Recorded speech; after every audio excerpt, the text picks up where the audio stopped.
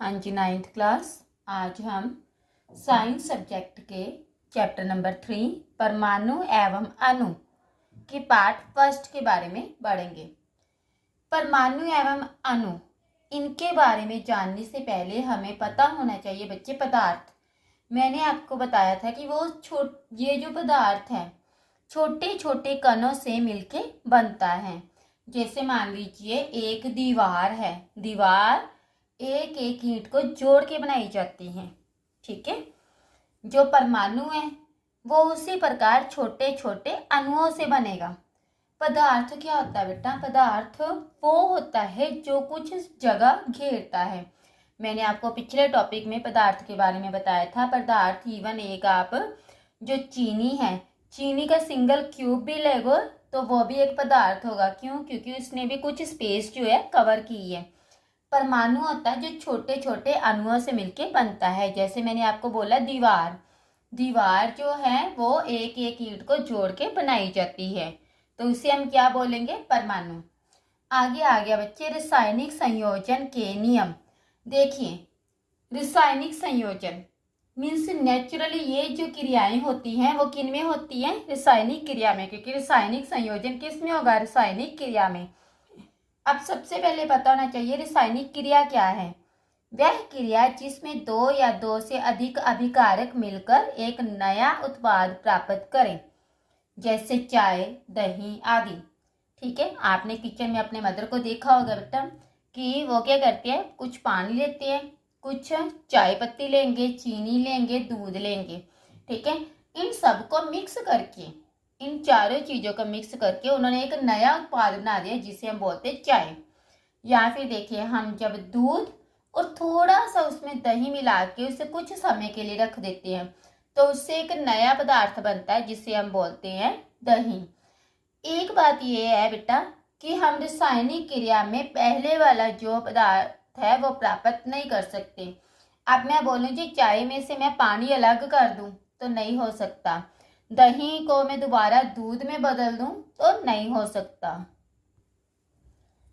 अब रासायनिक क्रिया देखिए, जैसे Fe means iron plus copper sulphate, इन्होंने मिलकर क्या बना दिया? Iron sulphate plus copper. इधर वाली जो साइड होती है, लेफ्ट हैंड साइड वाली, इसे बोलते हैं अभिकारक। जब ये दोनों आपस में क्रिया करेंगे तो ये क्या बना देंगे? एक नया उत्पाद। इसकी जो रासायनिक जो क्रिया थी इसके अकॉर्डिंग दो लॉ बनाए गए थे। एक तो द्रव्यमान संरक्षण का बनाया गया था, इसका जो लॉ था, और दूसरा जो था उससे क्या था? स्थिर अनुपात का लाभ बनाया गया था। इन दोनों की जो रासायनिक क्रियाओं के अकॉर्डिंग जो नियम थे उनकी जो खोज थी सबसे पहले लैवोजियर तथा जोसेफ लुईस प्रूस्ट ने की थी। ये दोनों साइंटिस्ट थे, इन्होंने रासायनिक क्रिया में नियमों की जो डिस्कवर किया था। अब पहले मेरे पास आ गया द्रव्यमान संरक्षण का नियम। द्रव्यमान संरक्षण मीन्स जो मास होता है वो रिएक्टेंट और प्रोडक्ट दोनों में सेम होना चाहिए। इसके अनुसार किसी रासायनिक क्रिया में द्रव्यमान का ना तो संरचना मीन्स ना तो उसे हम बढ़ा सकते हैं, ना ही उस मास को हम कम कर सकते हैं। अभिकारक का जो कुल द्रव्यमान होगा वो किसके बराबर होता है? उत्पाद के कुल द्रव्यमान के। मान लीजिए मेरे पास रिएक्शन है, ए और बी दोनों आपस में मिलके क्या बनाते हैं? A B. मान लीजिए ए 4 ग्राम है, बी कितना? 6 ग्राम। तो दोनों मिलके इन्होंने क्या बना दिया? ए बी क्या बना दिया? 10 ग्राम। अब इसमें आप केमिकली रिएक्शन देखिए, उदाहरण देखिए, जैसे हाइड्रोजन और ऑक्सीजन मिलके क्या बना रहे हैं? वाटर। अब देखिए, अगर तो अकेला हाइड्रोजन आएगा तो उसे हम बोलते हैं परमाणु, ठीक है। अगर अकेला H आएगा तो इसे बोलते हैं परमाणु। अगर बेटा आ गया H2 तो 2 इसके क्या हो गए कि 2 अणु हैं।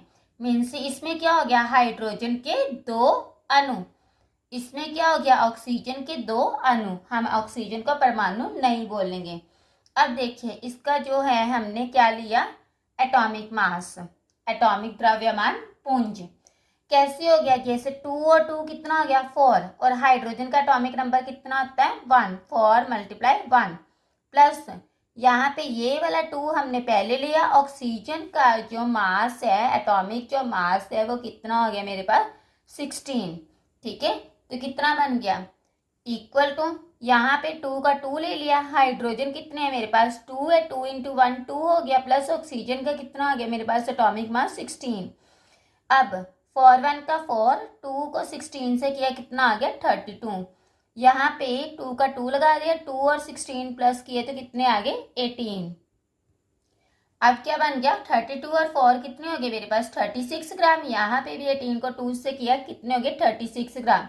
मीन्स जो अभिकारक का जितना द्रव्यमान था वो इसके बराबर बिल्कुल आ जाएगा। ये नहीं कि अगर यहाँ पे बेटा 50 आ रहा है तो यहाँ पे 20 आ जाए, यहाँ पे 20 हो रहा है तो यहाँ पे 100 हो जाए, ये कभी नहीं होता। जितना अभिकारक का होगा द्रव्यमान उतना ही इसके उत्पाद का द्रव्यमान हो जाएगा, ठीक है। लेकिन इसके लिए आपको इक्वेशन जो है बैलेंस करनी जरूरी है। अगर आप इस इक्वेशन को बैलेंस नहीं करोगे, ये जो मैंने आगे 2 लगाया हुआ मीन्स ये होती है बैलेंसिंग। बैलेंसिंग देखिए, जैसे यहाँ पे कितने बेटा हाइड्रोजन है 4, तो यहाँ पे भी कितने हाइड्रोजन हो गए 4, यहाँ पे ऑक्सीजन कितने हैं 2, तो यहाँ पे भी ऑक्सीजन कितने हो गए 2। मीन्स इनकी इक्वेशन जो बैलेंस होनी चाहिए, जितने हाइड्रोजन यहाँ होंगे उतने ही यहाँ होंगे, जितने ऑक्सीजन यहाँ पे है उतने ही यहाँ पे होंगे। इस प्रकार द्रव्यमान संरक्षण का नियम जो है वो सिद्ध होता है। आगे दूसरा नियम मेरे पास आ जाता है स्थिर अनुपात का नियम। इसके अनुसार किसी भी यौगिक में तत्व सदैव एक निश्चित द्रव्यमानों के अनुपात में विद्यमान होते हैं। जैसे मान लीजिए बेटा कार्बन डाइऑक्साइड, इसमें कार्बन डाइऑक्साइड में क्या होगा कार्बन 1 है और ऑक्सीजन जो है इसके कितने मोल्स लिएंगे, कितने इसके अणु लिएंगे 2। मीन्स इसकी रेशो क्या होगी, कार्बन की रेशो 1 होगी, ऑक्सीजन की रेशो कितनी होगी 2, मीन्स 1:2। ये लेकिन ये कार्बन डाइऑक्साइड किससे मिलके बना होगा, कार्बन और ऑक्सीजन से। सल्फर डाइऑक्साइड किससे मिलके बना होगा, सल्फर और ऑक्सीजन से। कभी भी ये नहीं होता कि कार्बन डाइऑक्साइड बेटा हम बोल दें H और O आ गए इसमें। जो हम वर्ड बोलेंगे जिसके अकॉर्डिंग बोलेंगे उसी अकॉर्डिंग ही इसमें जो है यौगिक प्राप्त होते हैं। अब देखिए कहता है कि इसमें विद्यमान होती है उसके चाहे, देखिए हमने अपने घर को जाना है, ठीक है।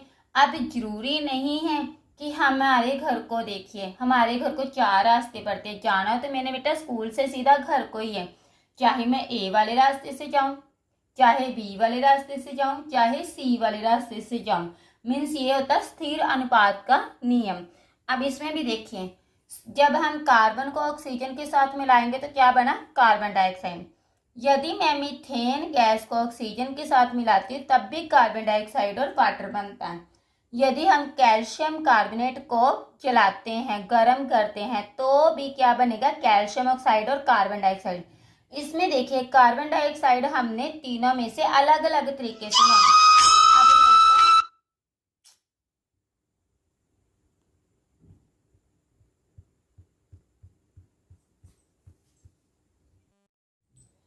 ये देखिए कार्बन प्लस ऑक्सीजन इन्होंने मिलके क्या बना दिया carbon dioxide. CH4 plus O2 इसने मिलके क्या बना दिया carbon dioxide plus water. Calcium carbonate जब इसको गर्म करेंगे तो क्या बनाएगा calcium oxide plus carbon dioxide. अब देखिए हमने तीनों में से बनाया क्या है कार्बन डाइऑक्साइड, लेकिन वो अलग अलग प्रोसेस के द्वारा बनी। लेकिन फिर भी आप देखिए इसमें कार्बन एक ही आ रहा और ऑक्सीजन 2 ही, मीन्स इनका अनुपात जो है वो स्थिर रहता है। इसी को बोलते हैं स्थिर अनुपात का नियम। आगे मेरे पास आ गया परमाणु। परमाणु बेटा वो छोटे से छोटा कण है जो अकेला स्थिर रह सकता है और नहीं भी रह सकता। अब एक ईंट जो होती है वो सिंगल भी रख सकते हैं, लेकिन अगर दीवार बनानी हो तो वो सिंगल नहीं रह सकती। इसी प्रकार हमारे जो पीरियोडिक टेबल है उसमें कुछ जो होते हैं परमाणु वो कुछ सिंगल भी रह सकते हैं, कुछ नहीं भी रहते। जैसे हीलियम, नियॉन, आर्गन, ये सारी क्या है नोबल गैसें हैं। ये अकेले ही स्थिर रहती हैं, मीन्स किसी के साथ अपनी क्रिया नहीं करती। लेकिन जब सल्फर है, सल्फर को हम अकेला S नहीं लिख सकते क्योंकि ये अकेला स्थिर नहीं रहता। सल्फर के जो 8 मॉलिक्यूल्स होते हैं, जो 8 अणु होते हैं, वो मिलके एक जो है पूरे का पूरा जो परमाणु बनाते हैं। ये अकेला स्थिर नहीं रह सकता। अब आगे देखिए कि जो परमाणु होते हैं आकार में बहुत छोटे होते हैं।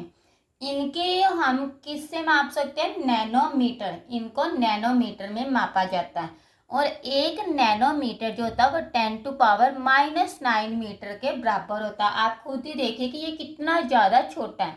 सबसे छोटा जो परमाणु है वो हाइड्रोजन है, जो कि 10⁻⁻10 नैनोमीटर के हिसाब से है। अब परमाणुओं को एक चिन्ह के द्वारा दर्शाया जाता है। ये किसने सिद्ध किया था? बर्जेलियस नाम का साइंटिस्ट था। उसने परमाणुओं को, हर एक परमाणु को एक अलग अलग सिंबल दे दिया था, चिन्ह दे दिया था, जिसके द्वारा दर्शाया गया इन्हें। जैसे देखिए आ गया लिथियम। लिथियम को हम डिनोट किसके साथ कर सकते हैं? Li के साथ। सोडियम को हम किससे डिनोट कर सकते हैं? Na के साथ। पोटाशियम को K, हाइड्रोजन को H, क्लोरीन को Cl, बेरियम को Ba, बोरॉन को B, लेड को Pb। अब देखिए यहाँ पे आप सोच रहे होगे कि लिथियम तो हमने सीधा ले लिया Li, लेकिन सोडियम में तो यार N और A कहीं भी आ ही नहीं रहा, तो ये कैसे ले लिया? इनका जो सिंबल है इनके लैटिन नेम से पड़ा होता है, जैसे सोडियम का लैटिन नेम क्या है? नेट्रियम, तो नेट्रियम से इसका हमने सिंबल लिया। उसी प्रकार पोटाशियम का लैटिन नेम क्या है? केलियम से हमने उसका सिंबल क्या ले लिया? के। कुछ जो होते हैं एटम्स वो ऐसे होते हैं, कुछ परमाणु ऐसे होते हैं जिनका सिंबल हम उनके लैटिन शब्द से लेते हैं। अब कुछ ऐसे सिंबल आपको दिए गए जिनका जो सिंबल है लैटिन शब्द से लिया गया। देखिए सबसे पहले आ गया एंटीमोनी, ठीक है। इसको यहाँ पे देखिए एंटीमोनी, इसका सिंबल क्या है? Sb। इसका लैटिन शब्द क्या होगा? स्टिबियम। कॉपर का Cu, इसका लैटिन नेम है क्यूप्रियम। गोल्ड का Au, ऑरियम। आयरन का Fe, फेरम। लेड का Pb, प्लम्बम, ठीक है।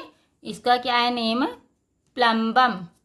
नेक्स्ट आ गया मरकरी, मोस्ट इंपॉर्टेंट, इसका हाइड्रागायरम, इसका लैटिन नेम है।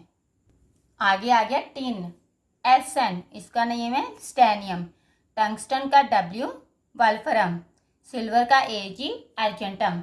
एक बात इसमें बेटा याद रखनी है, जो फर्स्ट वर्ड होता है वो कैपिटल होता है और सेकंड वाला वर्ड स्मॉल होगा। आप ऐसे नहीं लिखोगे कि स्मॉल a लिख दो कैपिटल G लिख दो, या स्मॉल a और स्मॉल g लिख दो। जैसे इसकी वर्डिंग दी जाती है उसी हिसाब से ही आप इसकी वर्डिंग जो है करोगे।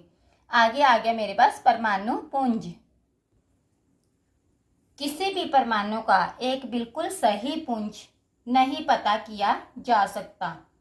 जैसे हम कार्बन का जो है, इसमें हम क्या लेते हैं? कार्बन का परमाणु पुंज कितना होता है? 12। हीलियम मान लीजिए परमाणु पुंज है।